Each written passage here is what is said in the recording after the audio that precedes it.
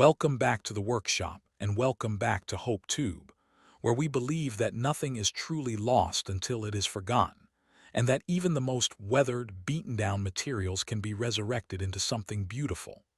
Today, we are going to slow down the pace of the modern world and enter into a process that is as much about healing as it is about building.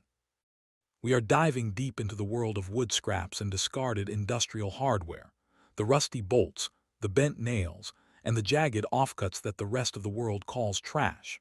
By the end of this video, you will see how these humble ingredients can be transformed into charming, rustic home accents that don't just sit on a shelf, but tell a story, spark joy, and yes, generate a significant profit for your creative business.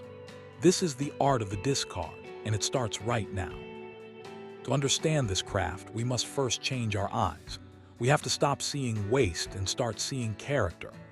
When you walk past a construction dumpster or spot a pile of pallet wood decaying behind a warehouse, your instinct might be to look away. But here on Hope Tube, we look closer. We see the gray oxidation on the wood that only years of sun and rain can produce, a patina that no stain in it can truly replicate. We see the saw marks on a rough sawn beam as a texture map of history. We see a rusty bucket of bolts not as tetanus waiting to happen, but as a collection of industrial jewelry, rich with the oranges, browns, and deep reds of iron oxide. The first step in our process is the scavenge, the hunt for these raw materials. It is a thrill, like treasure hunting. We gather the twisted oak, the knotty pine, and the corroded washers, bringing them into the sanctuary of the shop. This is where the potential lies, not in the pristine, plastic-wrapped lumber of a big box store, but in the unique, unrepeatable flaws of the found object. Once the harvest is complete, we move into the preparation phase, a stage of the work that is surprisingly meditative and deeply satisfying. This is where the hope in Hope Tube comes alive.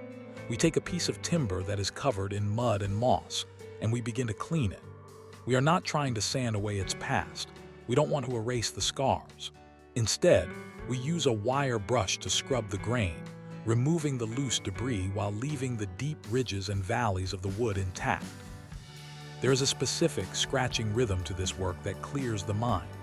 We might use a coarse grit sandpaper to soften the sharp edges, just enough to make it safe to touch, but we leave the divots and the nail holes. For the metal, the rusty bolts and seized nuts, we treat them like artifacts.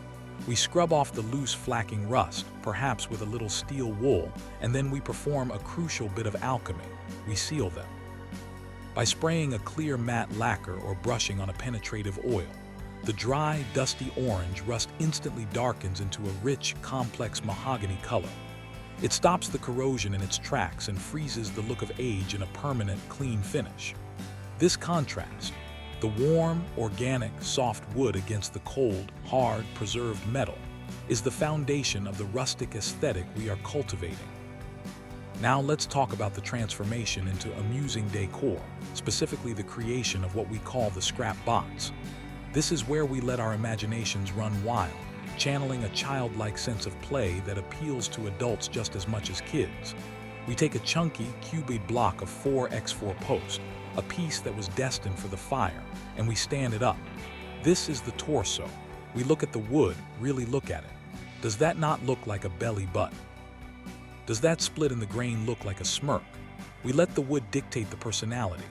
Then, we reach into our bucket of rusty treasures. A pair of mismatched washers become wide, surprised eyes held in place by flathead screws. A bent, rusty nail becomes a crooked smile. We drill holes in the sides and thread in long, threaded rods or lag bolts for arms, perhaps bending them to make the robot wave. For legs, maybe we use old spark plugs or heavy carriage bolts that give the figure a solid, weighty stance. Suddenly, the inanimate becomes animate. We have created a character, a little guardian of the desk or bookshelf. These figures are incredibly popular because they are unique. No two will ever be the same because no two scraps are the same. They are charming, they are tactile, and they make people smile.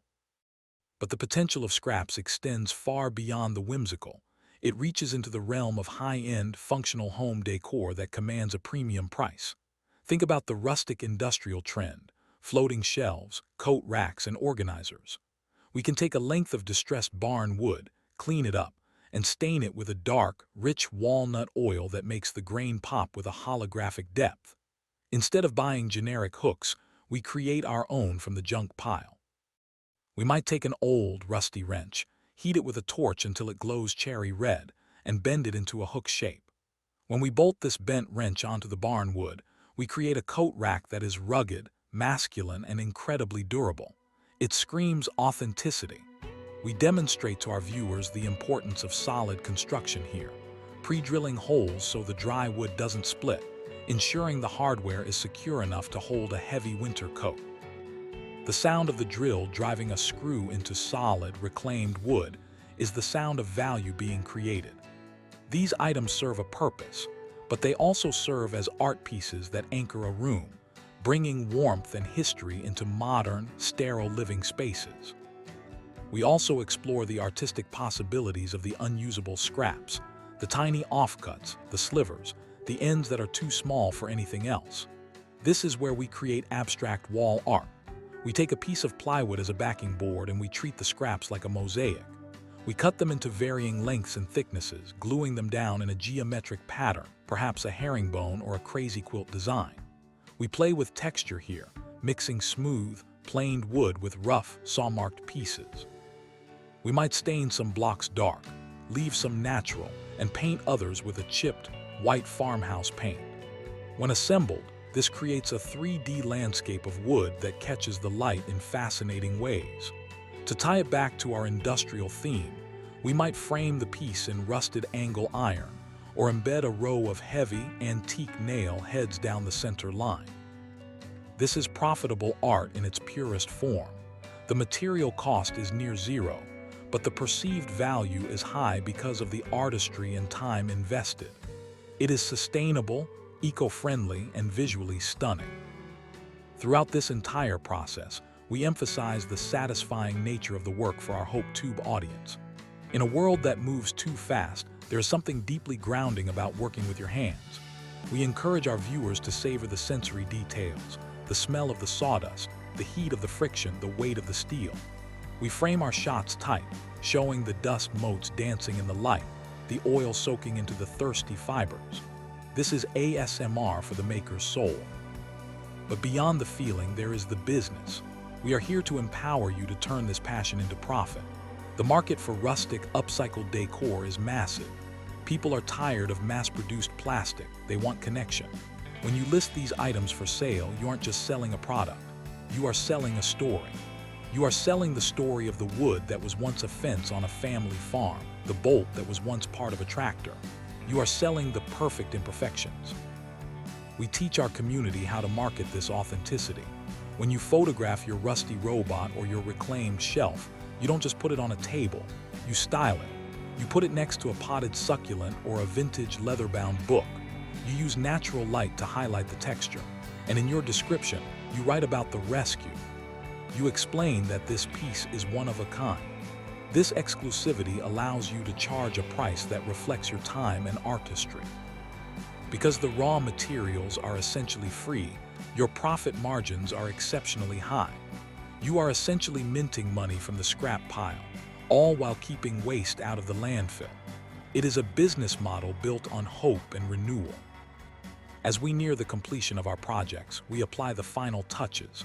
This is the moment of revelation.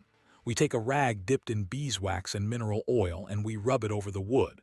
The transformation is instant and magical. The dull, gray wood drinks in the finish and turns a deep, glowing amber. The grain patterns leap to the surface. The rust on the bolts deepens and gleams.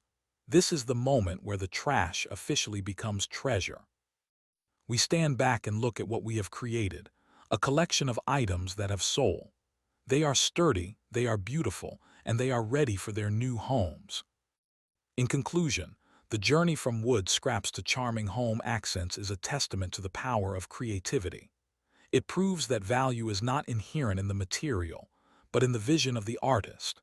Here on HopeTube, we have shown you that with a little bit of vision, a wire brush, and a willingness to get your hands dirty, you can turn the most unlikely materials into art that warms the home and feeds the bank account. We hope this deep dive has inspired you to look at your world differently, to find the potential in the broken, and to start your own journey of rustic resurrection. So go out there, find some rust, save some wood, and make something amazing. Thank you for watching Hope Tube, where we turn the discarded into the delightful. Until next time, keep creating.